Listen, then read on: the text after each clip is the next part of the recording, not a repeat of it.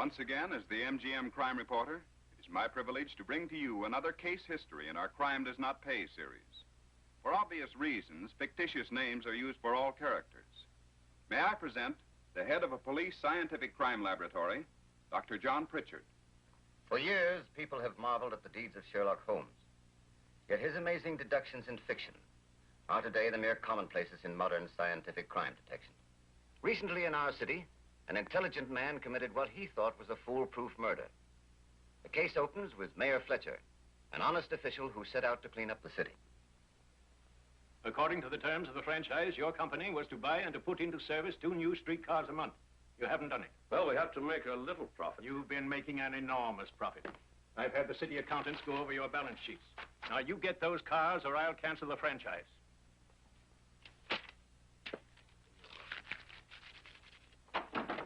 Your Honor, the fire chief says it's okay with him if you'll let me keep my job in the department. You see, I'm due for a pension in 10 months. You're lucky I'm not prosecuting you. You don't seem to feel that taking bribes is crooked. But look, Your Honor, That's all, Stover. You're out of the department for good. You've been a menace to the public safety long enough. Well, what about it? Do I get my concessions back or don't I? You don't. I'm turning them over to the park department. Why are you doing this to me? I had them concessions 10 years. Martel, you've been warned about punch boards and dice games. People go to the parks for enjoyment, not to be robbed. Well, the city always got its cut. The city doesn't want that kind of money. Goodbye. You won't last long, Mayor. You're bucking human nature.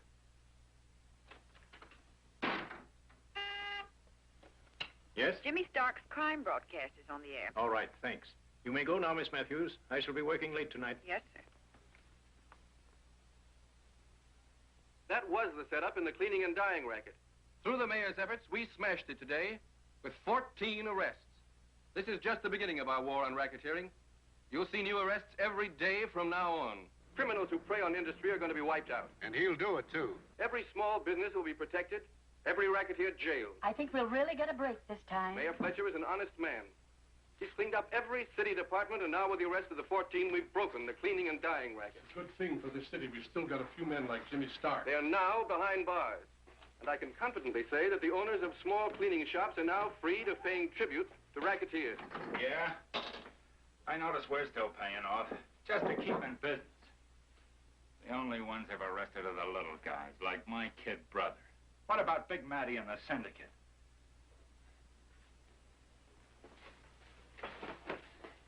I notice they never touch the top guys.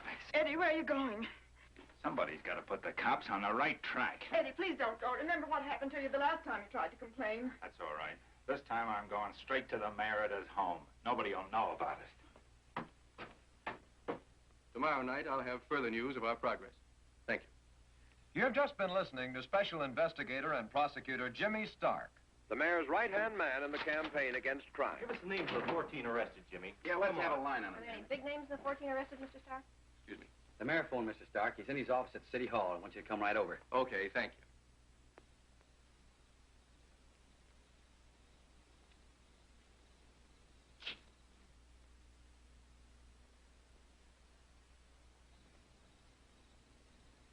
you. Well, working late, eh? Yes. Sit down. Hello? He's still here, dear. All right, dear. I'll take care of it.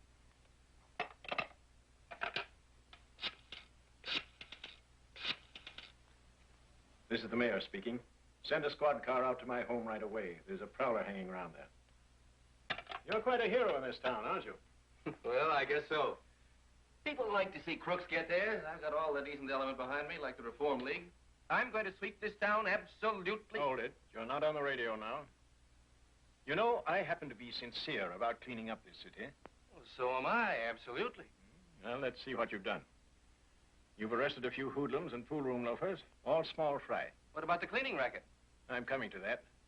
You haven't touched any of the top men, only the unimportant ones. And why are those North Side clubs still open? And the gambling at the Tunis Club and the racketeering? Well, I haven't got around to them yet. No, and you won't. As long as Big Matty and his syndicate keep you on their payroll. Crazy. I shall expect your resignation in the morning. Can't we talk this over? No, that's final.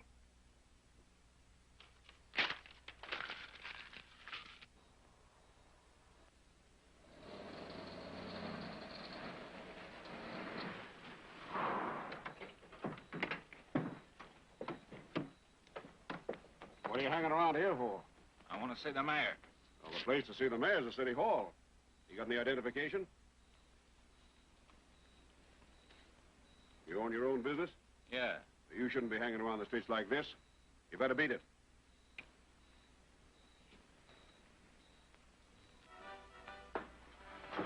You shouldn't let anyone see you coming here. Matty, the mayor's wise. What do you mean? There's a leak somewhere. He wants my resignation first thing in the morning. It's going to break in all the afternoon papers. About our tie-up. That's perfect. Just when we about had things under control, all the petty chiselers cleaned out. Why, the town was in our hip pocket. I know. Well, what are we going to do? Just have to close up my joints and lay low till the sun shines again. Well, what about me?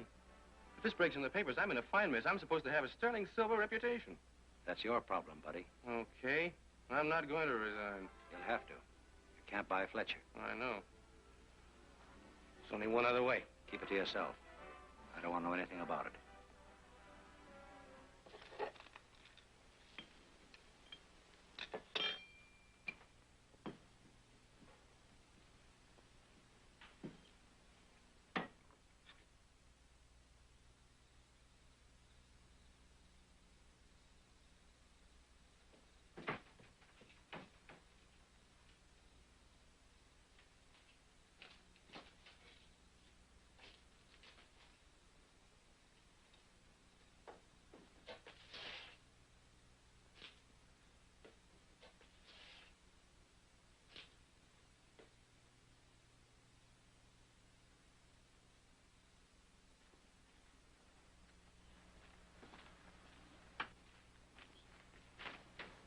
Bye, dear.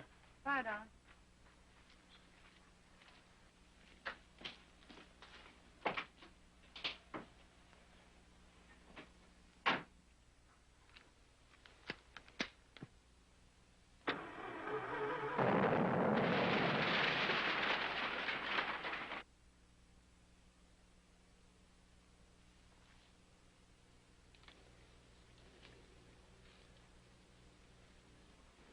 Here's a small piece of wool we'd better take.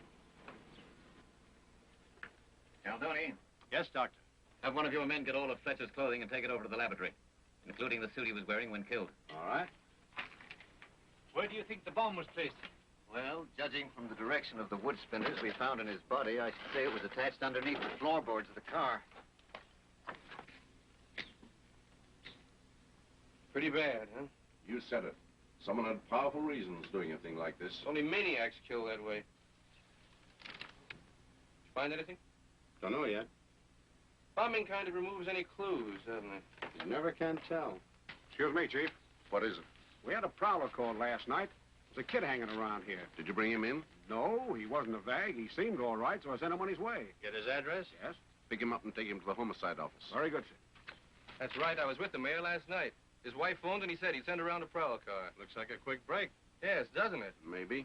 Well, let me know if anything turns up. I'll see you at the office. Right. Here's something that might be interesting. But they know I was waiting around outside the mayor's house. Who are they? The cops. They came and ordered me to move on. They'll try to pin this on me, sure, and I'm not going to be a sucker. I think I better go away for a while. Oh, now, Eddie, don't be silly. You had nothing to do with this, and running away only makes you look guilty. Yeah? Maybe you're right. What are you afraid of? The police can't hurt you if you're arrested. Come on, Diesel. The Chief wants to ask you a few questions. Okay. Don't worry, honey. I'll be back in time for dinner.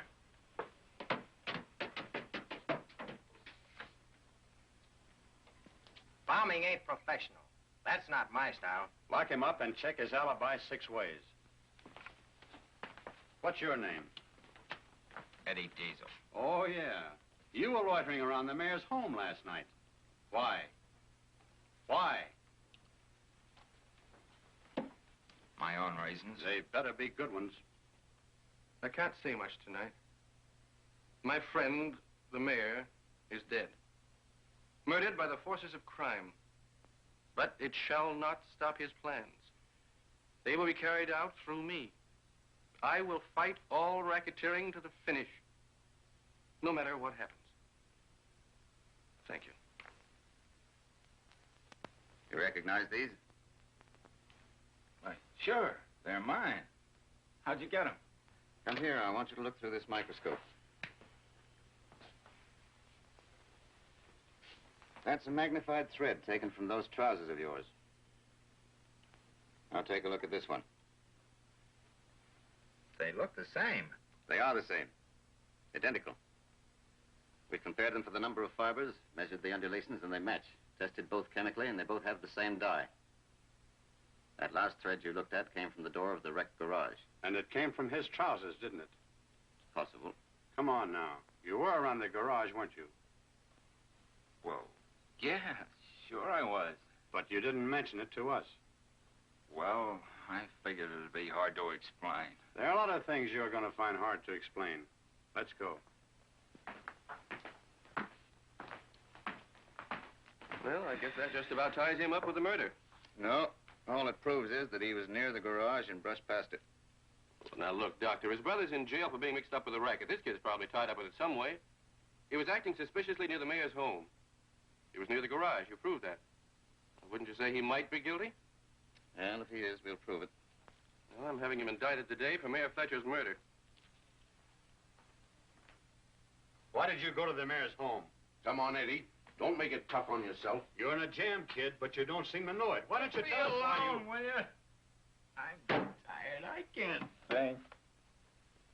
Dr. Pritchard informed me today that he's almost convinced that one of the suspects, named Eddie Diesel, is the murderer of Mayor Fletcher. I've had him indicted. There'll be a quick trial, a speedy conviction, and no delays in this case. That's enough, Leonard. Let me have it, will you? Thank you.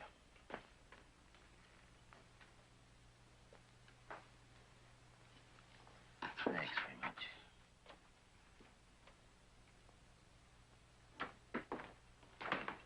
Hello, Doctor. Oh, hello, Cameroni. Hi, Leonard. Hello.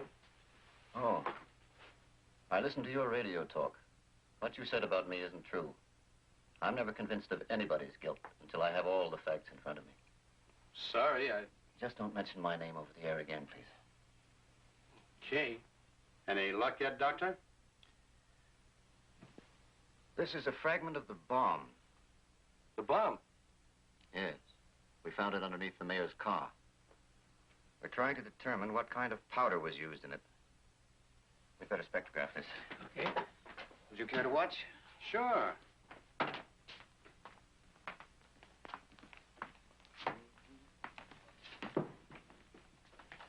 What's this machine?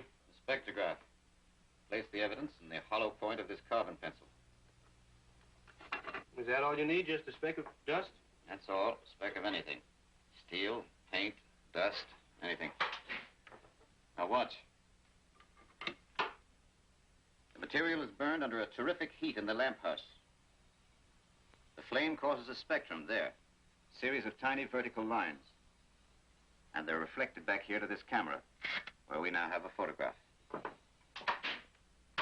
In other words, you can take a sample of anything and find out exactly what it's made of, and how much of each element goes to make up the whole. Huh. That's a new way to catch a crook. Have this film developed as quickly as possible, will you, Leonard? Yes, sir.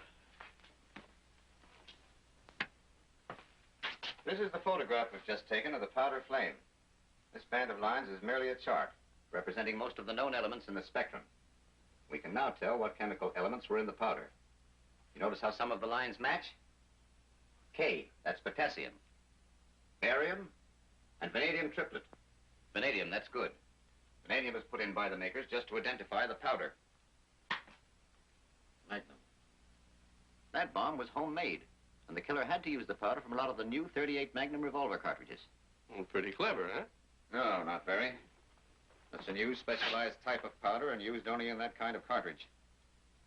Get me a list of all the recent buyers of those cartridges and have them here tomorrow. Right. How are you going to test them? Examine the material under their fingernails, probably. Good morning. Morning.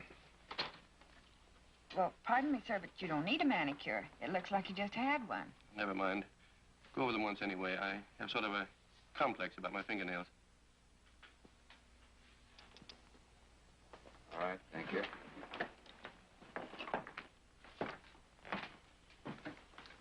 All right, gentlemen, that's all. Thank you. Sorry to have bothered you, but we had to check on everybody that bought .38 Magnum shells. Okay, glad to be able to help you. I bought some of those shells. Except you better examine my nails. That's right. Your name's here. I don't think you'll find much. Oh, you're right. Have you checked on Diesel yet? Yes, not a sign of powder under his nails. Maybe he wore gloves. That's right. Maybe he did. I think I'd concentrate on him if I were you, Doctor. Building a pretty strong case against him. Oh, really? Not a sign of anything, eh? Not yet, Calhoun. Sort of leaves us up a tree. No, not exactly. Here's something here we haven't quite checked yet. Look through the microscope. Those are fibers taken from the burlap sacks we found under the mayor's car. Now, it's possible that the killer laid his head on that sack while placing the bomb. And if he did, there should still be some fibers in his hair. Bring the boy over here, will you? Right. Come on, Eddie. Sit down, please. What's that? Just a suction machine. We want to examine the dust in your hair. Wait a minute. Now, it won't hurt you. And I want you to remember this. We're trying just as hard to clear you as we are to convict you. All right, thank you very much. Take him back, George.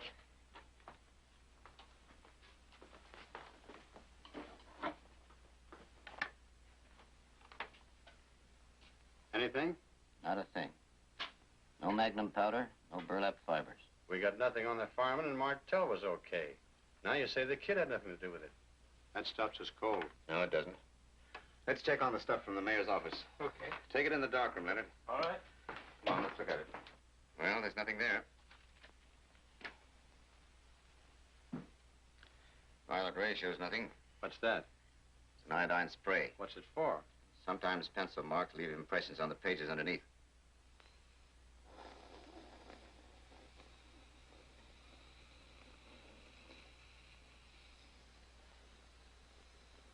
Wanted Jimmy Stark to resign, eh? That's funny. Everyone thinks Stark is doing great work on the air. I thought he and the mayor were such good friends. They were. And the mayor must have had a real reason to fire him. So I better ask him a few questions. Now, wait a minute.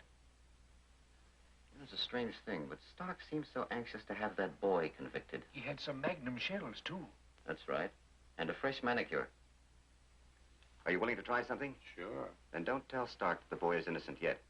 And bring the boy over here right away. We'll need his help. All right. Let's photograph that right away, Leonard. All right. The reason I called you is this. I think we've cracked the case. We found some grease on Eddie Diesel's trousers. And it matches the grease from the transmission in the mayor's car. Come on in. I want to show you something interesting.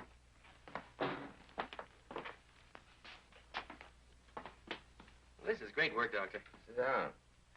I'd like you to say a few words over the air tonight. I can't leave here. I'm too busy. Well, you won't have to. That's just the point. Broadcast from the lab. I'll have them rig up a mic here. Yeah, we'll see. Get me the reagent. I want you to watch this very closely.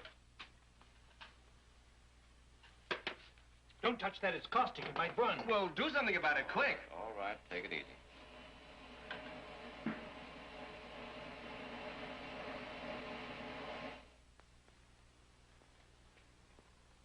Uh-huh. Burlap fibers. And powder grains. Segregate the grains and spectrograph them at once. All right.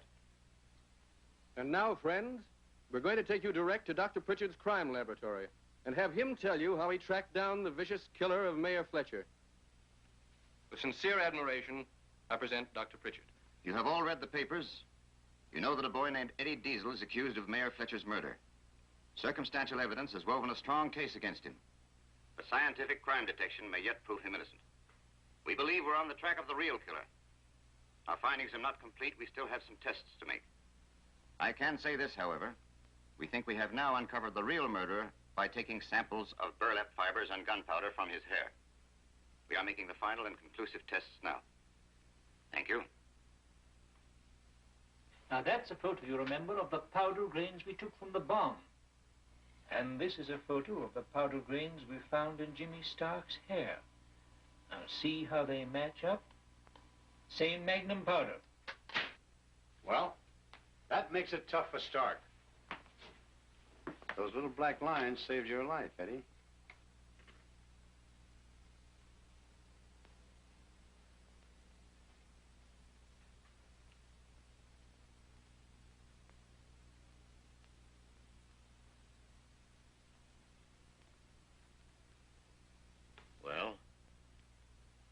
radio speech was pretty clever. So you think I'm guilty, huh? No one said you were guilty. Well, you tricked me. But you'll never testify against me. Before I let you do Put that... on that gun. You look silly. Yeah, put it down. We've been trailing you since you left here. Big Matty's mixed up in this. I followed him there. Book him. Suspicion of murder.